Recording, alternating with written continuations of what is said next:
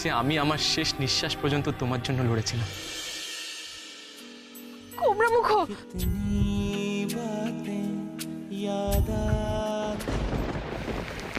Cobra মুখ। না না, তুমি একদম ভয় পাবে না। বেশি কথা না বাড়িয়ে যা টাকা পয়সা আছে আমাদের দিয়ে দে। আমি আমার রোজগার করে একটাও টাকা তোদেরকে দেবো না। দিবি না? না।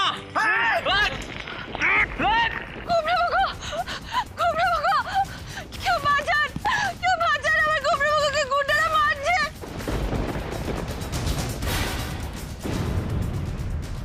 ডাক্তারবাবু, আমার কোবরা মুখকে সুস্থ করে দিন ডাক্তারবাবু। উনি কথা বলছেন না, উনি চোখ খুলছেন না, আপনি সুস্থ করে দিন আমার কোবরা মুখকে। আপনি এত উতলা হবেন না, আমি দেখছি একটা প্রচন্ড স্ট্রেস থেকে অজ্ঞান হয়ে গেছে।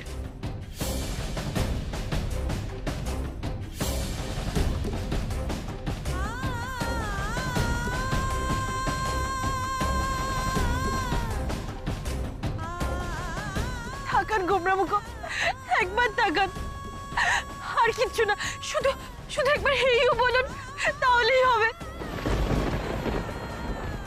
একবার হেইও বলুন কোবরা মুখ, একবার বলুন, একবার বলুন না।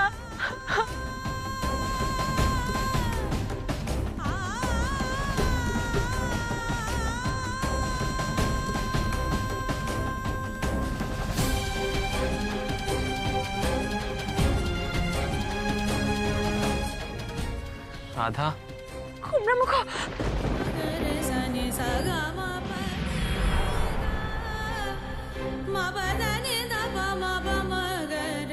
সত্যি গো রাধা, আজ তোমার সিঁদুরের জোরে তোমার কৃষ বেজে গেল। ধন্যি ধন্যি বউ তুমি। ইচ্ছে তো হচ্ছিল দুটোই ওই এক আগুনে পুড়ে সহমরণে যাক। আপনি এত বড় একটা ঝুঁকির কাজ কেন করতে গেলেন বলুন তো? তাও আবার আমাকে না জানিয়ে মিথ্যে বলে। বলুন, বলুন বলছি, উত্তর দিন।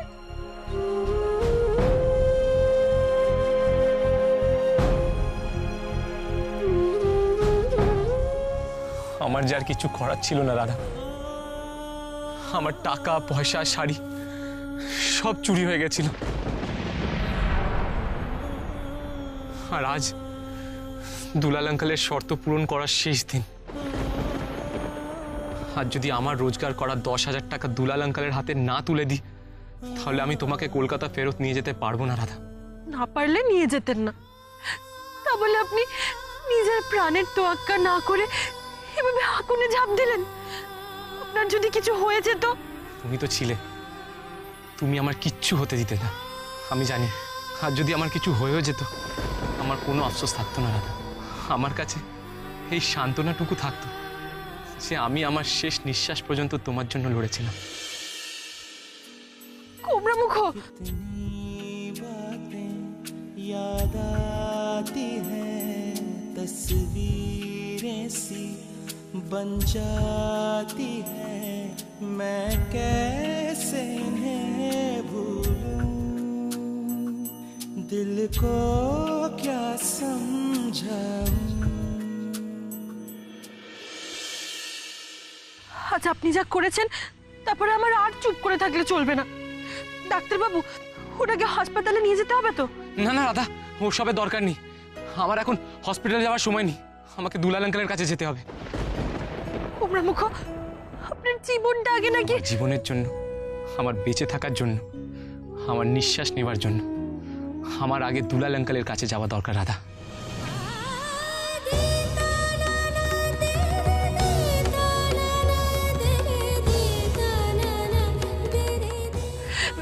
কি আপনি উঠছেন কেন? দাঁড়ান, আমি ফার্স্ট এডটা করে দিই। ডাক্তারবাবু, মলমটা আমাকে দিন, আমি লাগিয়ে দিচ্ছি।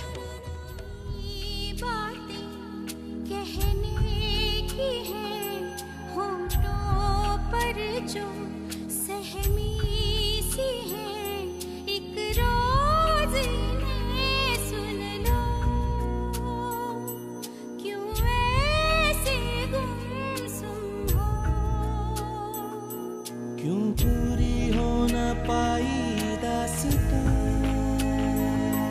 कैसे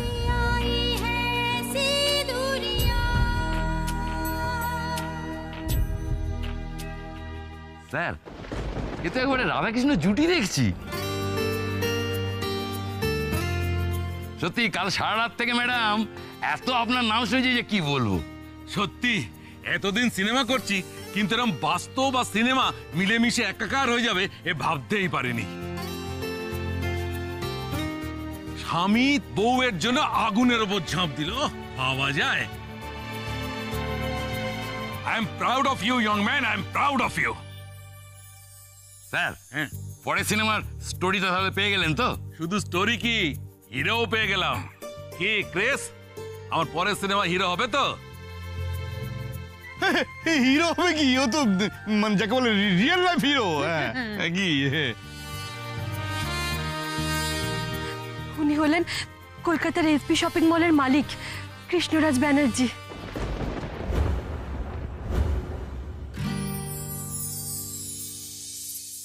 গণেশ দাদা ওনার পরীক্ষা নিচ্ছিলেন তো, কিন্তু আজই উনি আবার ওনার বাড়ি ফিরে যাবেন। ও মাই গড, আপনি স্যার কৃষ্ণরাজ ব্যানার্জি? আর আমি কিনা আপনাকে মটন মিলের জন্য বলছিলাম। ম্যানেজার বাবু, আমার শটটা ওকে ছিল তো? আরে ওকে কি, একদম এক্সেলেন্ট। তাহলে প্লিজ আমার 30,000 টাকাটা আমাকে এক্ষুনি দিয়ে দিন, আমার বড্ড দেরি হয়ে যাচ্ছে। হ্যাঁ, আমি আপনার টাকা একবার রেডি করে নিয়ে এসেছি। এই যে ক্যাশ 30,000।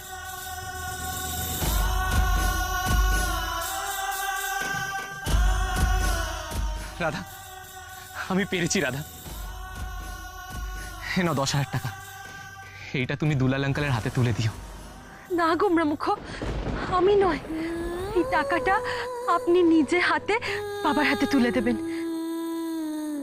পরীক্ষাটা আপনার ছিল, শর্তটা বাবা আপনাকে দিয়েছিল, তাই শর্ত পূরণটা আপনাকে নিজের হাতে করতে হবে। চলো তাহলে, দুলাল আঙ্কেলকে এই 10,000 টাকা দিতে হবে। সুবল তাঁতির শাড়ির দাম চোকাতে হবে। আর রাধা, গৌরব যে হারুকে অ্যারেস্ট করেছিল, হারুর মুখ থেকে কি আসল অপরাধীর নাম বার করতে পেরেছে? হারুর কাছ থেকে অনেক কিছু জানা গেছে গোমরা মুখ। আপনি আমার সাথে চলুন, আমি যেতে যেতে বলছি, উঠুন।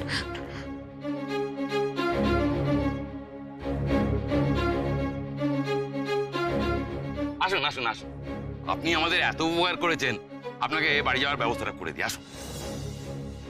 লক্ষ্মী আয়, কাকু কাকিমণি তোমরাও এসো। যাচ্ছি যাচ্ছি যাচ্ছি।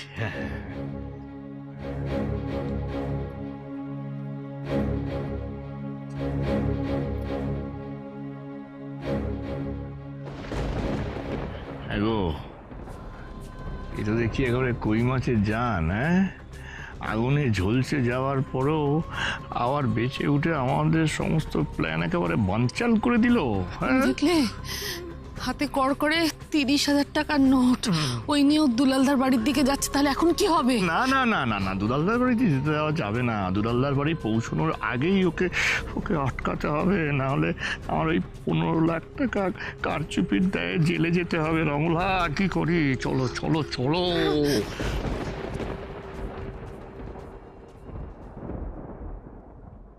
এত রাত হয়ে গেল, রাধাকৃষ্ণ এখনো ফিরল না।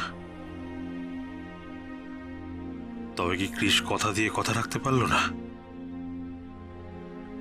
কৃষ যদি অকৃতকার্য হয়, তাহলে তো আমি রাধামাকে ওর সঙ্গে কলকাতা যেতে দিতে পারবো না। আর তাতে যে আমার রাধামায়ের গোটা জীবনটা শুধু চোখের জলে কাটবে। ওহ, আমি এখন কি করি? কোন দিকে যাই আমি?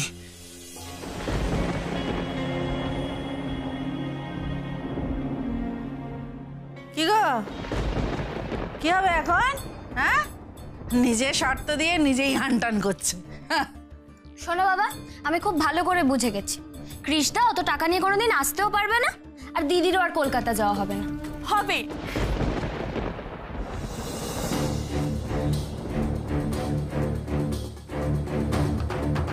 কৃষ্ণা নিজের পরিশ্রমে 10,000 টাকা রোজগার করে ফেলেছে।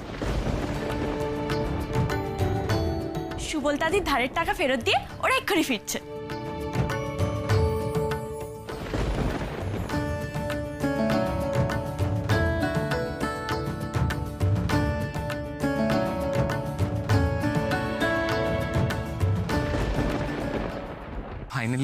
সুবল তাঁতির 20,000 টাকা ফেরত দেওয়া হয়ে গেছে। এবার শুধু দুলাল আঙ্কালের হাতে 10,000 টাকা তুলে দিতে পারলেই। গোমরামুখ দেখে আপনার হাঁটতে খুব কষ্ট হচ্ছে তাই না? আপনার পায়ের তলাটা তো অনেকটা পুড়ে গেছে। এই সময় একটা রিক্সাও দেখতে পাচ্ছি না। না না, আমার কোনো কষ্ট হচ্ছে না, দেখো আমি হাঁটতে পারছি। আমি দেখতে পাচ্ছি আপনার কষ্ট হচ্ছে, আর আপনি বলছেন আপনার কষ্ট হচ্ছে না। এই সময় আমার ডান হাতটা ঠিক মতো কাজ করলে না। তাহলে কি করতে তুমি রাধা? তাহলে তো আপনাকে একেবারে কোলে তুলে নিয়ে বাড়ি চলে যেতাম। হাসছেন কেন? আমার ক্ষমতা সম্পর্কে আপনার কোনো ধারণা আছে? হ্যাঁ হ্যাঁ, সেটা আছে। যে মেয়ে একবারে একসাথে 20টা ল্যাংচা খেতে পারে তার ক্ষমতা আমি জানি। ও, সবকিছুতে ঘুরে ফিরে আমাকে খাওয়ার ঘটনা দিলে আপনার হয় না না? আপনি তো এটাই চান আমি না খেয়ে পেট শুকিয়ে একেবারে মরে যাই। রাধা,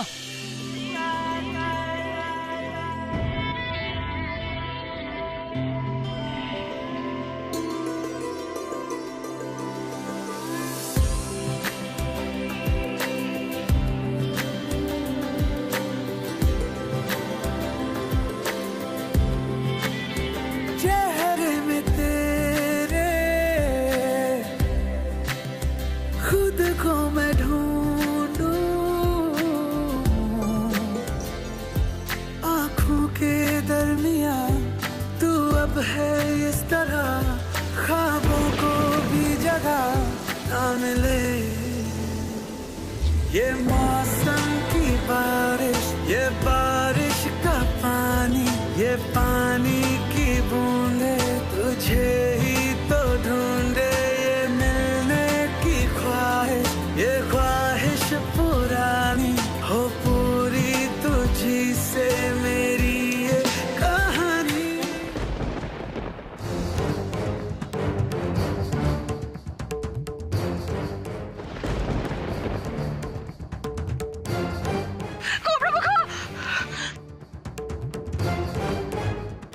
রাধা, তুমি একদম ভয় পাবে না।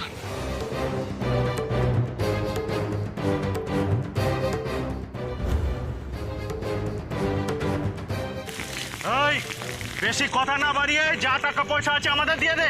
আমি আমার রোজগার করে একটাও টাকা তোদেরকে দেবো না। দিবি না? না।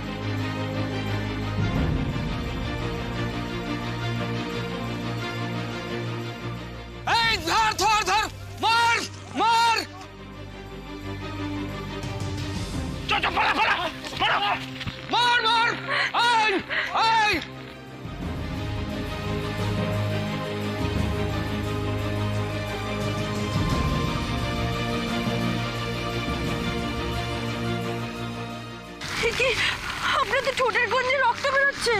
রাধা, এখন এই সব দেখার সময় নেই আমার কাছে। এই টাকা নিয়ে এক্ষুনি আমাকে দুলাল আঙ্কালের কাছে যেতে হবে। রাধা, এক্ষুনি যেতে হবে। কিন্তু এই নোটগুলো তো মাটিতে পড়ে একেবারে চপচপে হয়ে গেছে গোমরামুখ। কি বারবার আপনার পথের কাটা হয়ে দাঁড়াচ্ছে বলুন তো? জানি না রাধা, আমি কিচ্ছু বুঝতে পারছি না। তবে আমার একটা সন্দেহ হচ্ছে। চলো বাড়ি চলো রাধা, তারপর বলছি। চলো চলুন।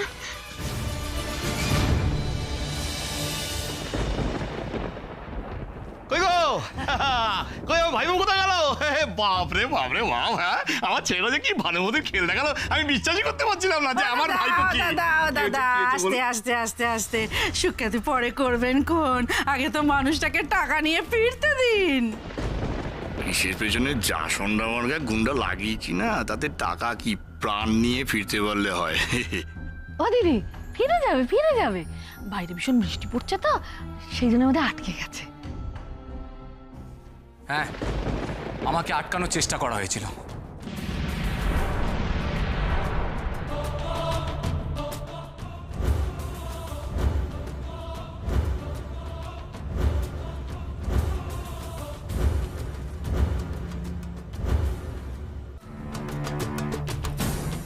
বাবা, আমার সোনার ভাইপো, তোর এ কি অবস্থা হলো? কি করে হলো? হ্যাঁ আঙ্কেল, তুমি আমায় ভেবে বলতে পারো আমার এই অবস্থা কে করতে পারে?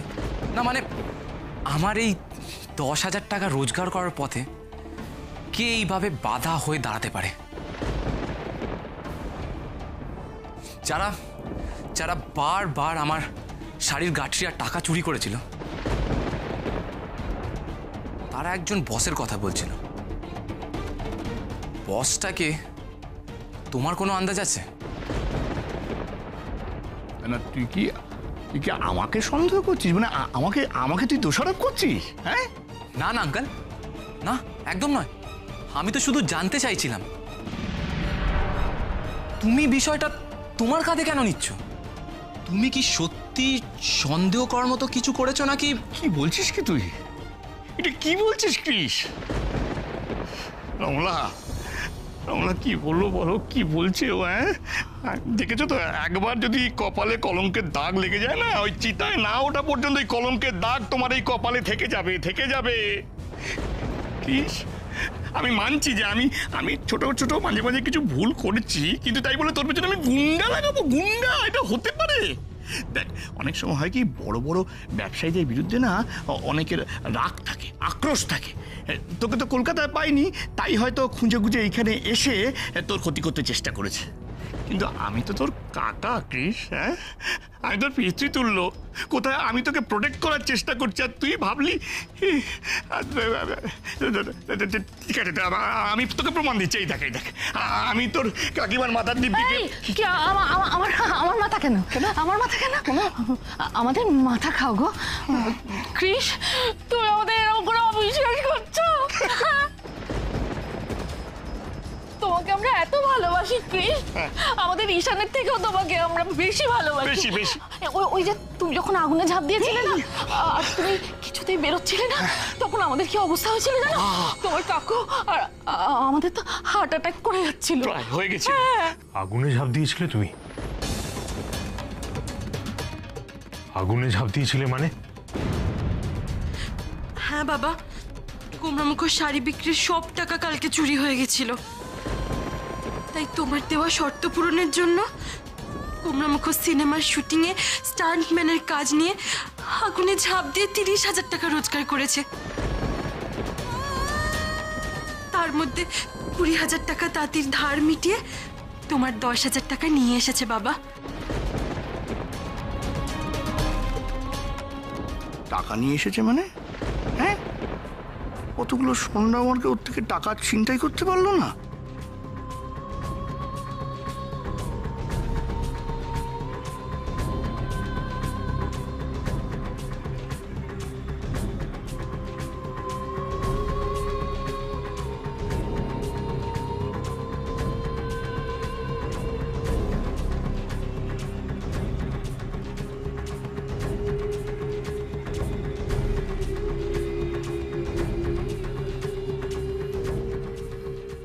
এরিন আঙ্কেল,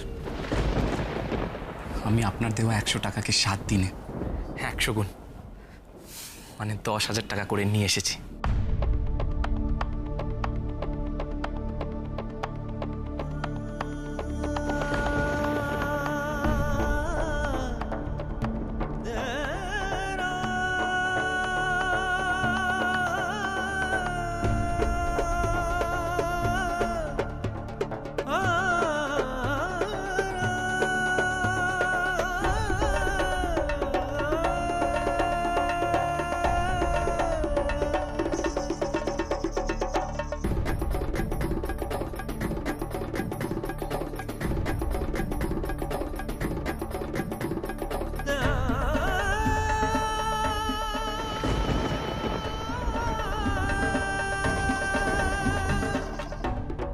ক্রিস, এ বাবা, এই নোটগুলো তো ছিঁড়ে গেছে, দেখেছো? হ্যাঁ, না এইগুলো তো দুলাল্লাই 10,000-এর মধ্যে কাউন্ট করবে না। হ্যাঁ, তাহলে তো দুলাল্লার শর্ত তুই পূরণ করতে পারছিস না। এ বাবা, তাহলে কি হবে? হে মা, রাধাকে তাহলে কলকাতায় নিয়ে যাওয়া হবে না? এ বাবা, বাবা, আমরা এখন বাড়ি ফেরার সময় কয়েকটা গুন্ডা আমাদেরকে ধরে কুমড়ামুখর থেকে সব টাকা ছিনিয়ে নিতে চাইছিল।